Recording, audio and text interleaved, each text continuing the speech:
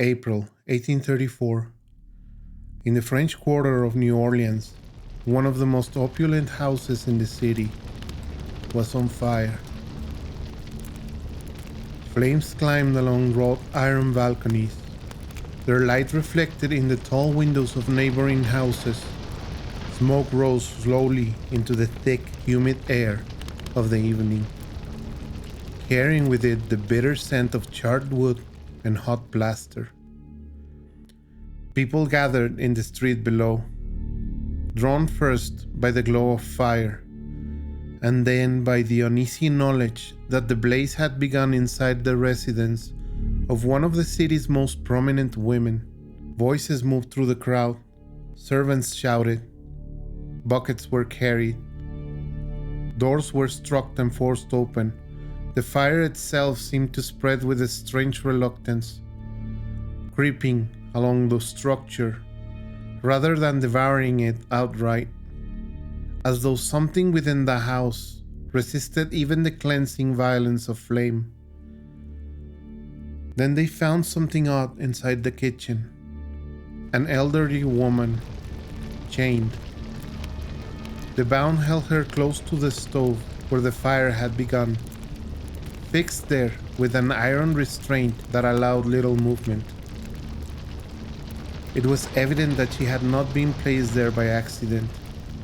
When questioned, she spoke quietly, with the calm of someone who had already accepted the consequences of what she had done. People later whispered that she had set the fire herself to draw attention to the horrors that happened inside the house behind closed doors. Those in the room understood immediately what that meant. The mansion was searched. Neighbors and officials moved upward through the structure, passing through corridors that still carried the faint elegance of a wealthy household. The furnishings remained largely intact.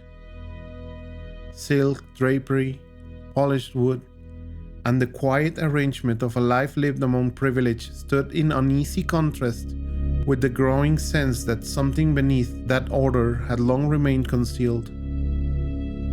At the upper level, they found a locked door. The lock itself was not remarkable. Houses contain many doors meant to remain closed. Yet there was something in the stillness around it that made those present hesitate before breaking it open. When the door finally gave away, the air that escaped the room carried with it a presence that could not easily be described. Within that dark, narrow space in the attic were human beings. They were alive. Their bodies bore the marks of extreme confinement. Their strength was nearly gone. Iron chains around their hands and ankles, holding them in strange, uncomfortable positions. Their condition spoke of long neglect and deliberate cruelty. Yet the room itself remained strangely quiet.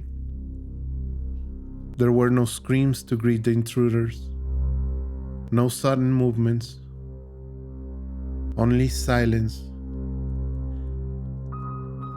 Those who stood in the doorway understood immediately that they were looking at something that should have never existed inside a respectable home.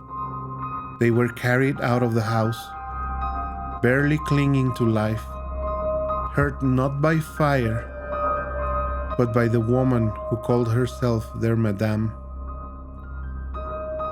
Word spread through the crowd outside, and the mood in the street changed with a speed that fire itself could not match. Concern hardened into outrage. The elegant residence of Royal Street no longer appeared as the home of a distinguished family. It had become something else entirely. Her name was Madame Delphine LaLaurie. She had been born in 1787 into a wealthy Creole family whose roots ran deep in the society of New Orleans. From childhood, she moved among the upper circles of the city, surrounded by the customs, expectations, and privileges that defined the lives of the region's most established households. Her life followed the pattern expected of a rich woman of the time. She married more than once and hosted numerous social gatherings. Her home became known for its dinners, its music, and the polished grace of its hospitality. Guests remember silk gowns and carefully arranged rooms. They remember a woman who carried herself with calm and composure and quiet authority. In public, she appeared refined, disciplined, and entirely comfortable within the structure of the society that surrounded her. Like many households of wealth in Louisiana at the time, she had enslaved servants. In the outward appearance of daily life, nothing about this arrangement seemed unusual.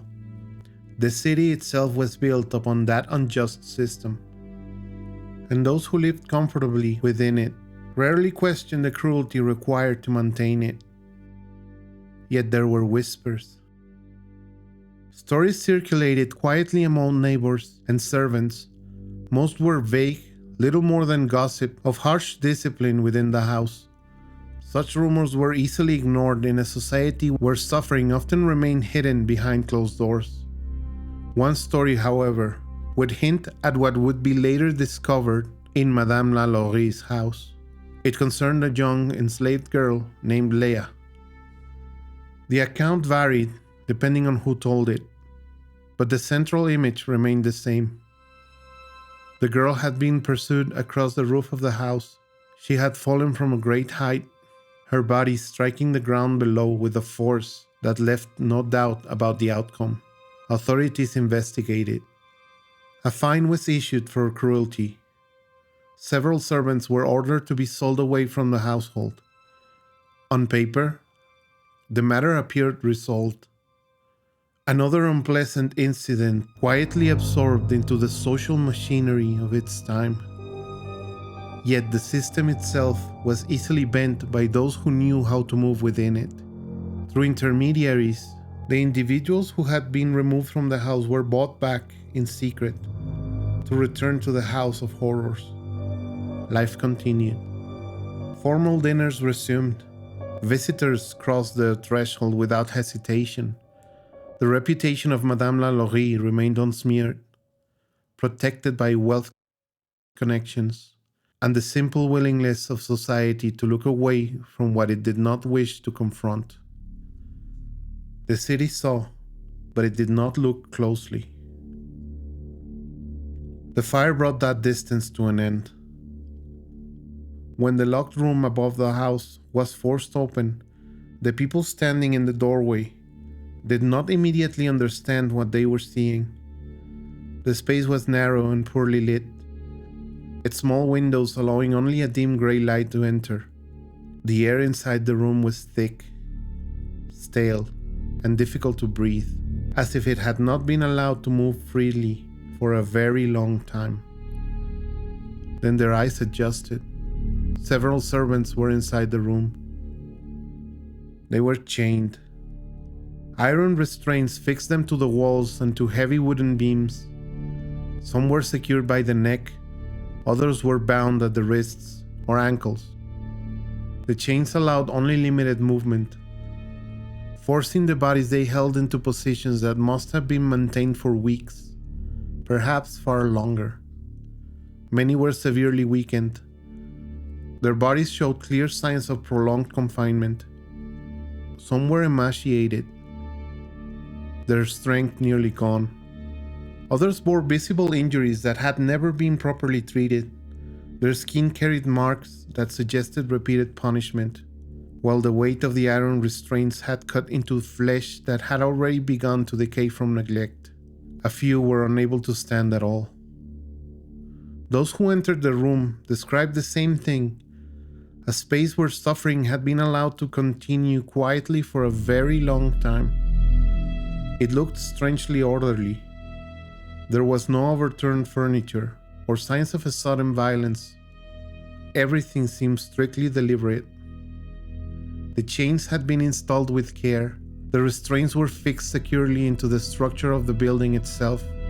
Whoever had arranged that attic had intended it to function exactly as it did, Several tools were stored in place, as if this room was a normal workshop: pliers, flails, shears, knives, and unrecognizable devices, undoubtedly used to cause great pain. Dried blood, black against the room's shadow, covered the walls and the working tables, and some of the tools. Severed limbs and old bones scattered everywhere. One by one, the prisoners were removed. Barely clinging to life, some had to be carried. Witnesses later described how the individuals taken from the attic were so weak that even the act of moving them down the stairs required great caution.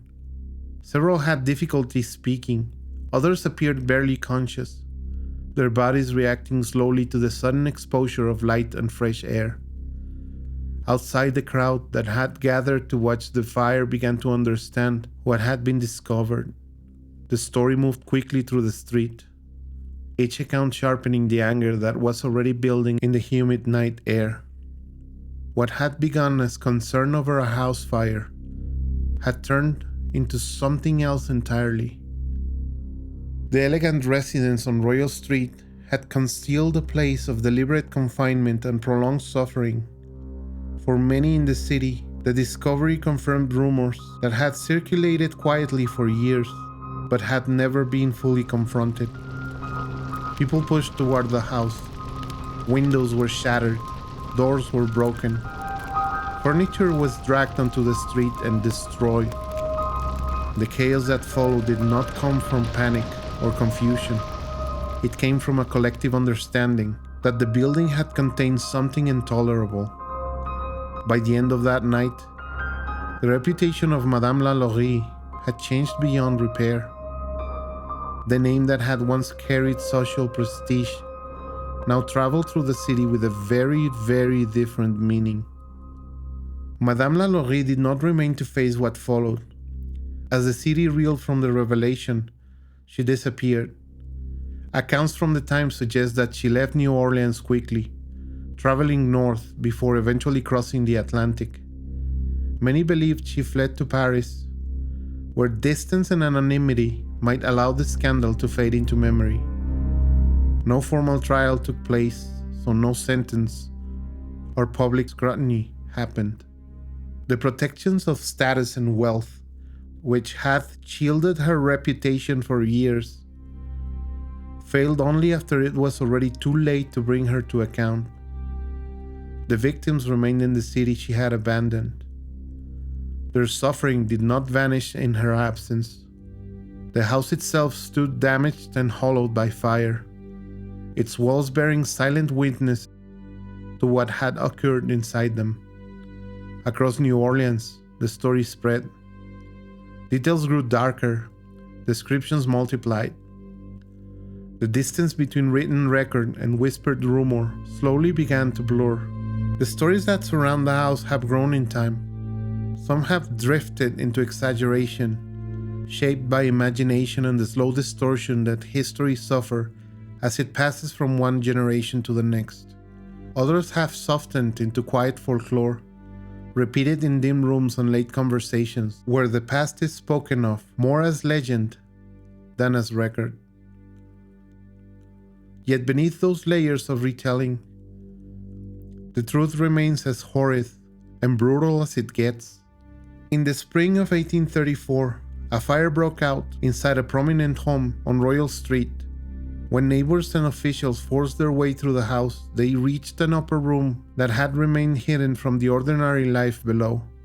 Inside, they found human beings who had been confined there for a very long time. The details were disturbing enough that the city would remember them long after the smoke had cleared. The house itself survived the night, though the damage it carried was not only the result of flame. It had become a place marked by what had been discovered within its walls. Years passed. The structure was repaired. Ownership changed. The street returned to its familiar rhythm of carriage wheels, voices, and the slow movement of daily life through the quarter. But the memory of that discovery never entirely faded. Even now, when people speak of the house on Royal Street, They rarely began with the fire itself. The fire was only the moment when something hidden finally came into view. What truly endured was the knowledge of what had existed there long before the flames ever rose into the night.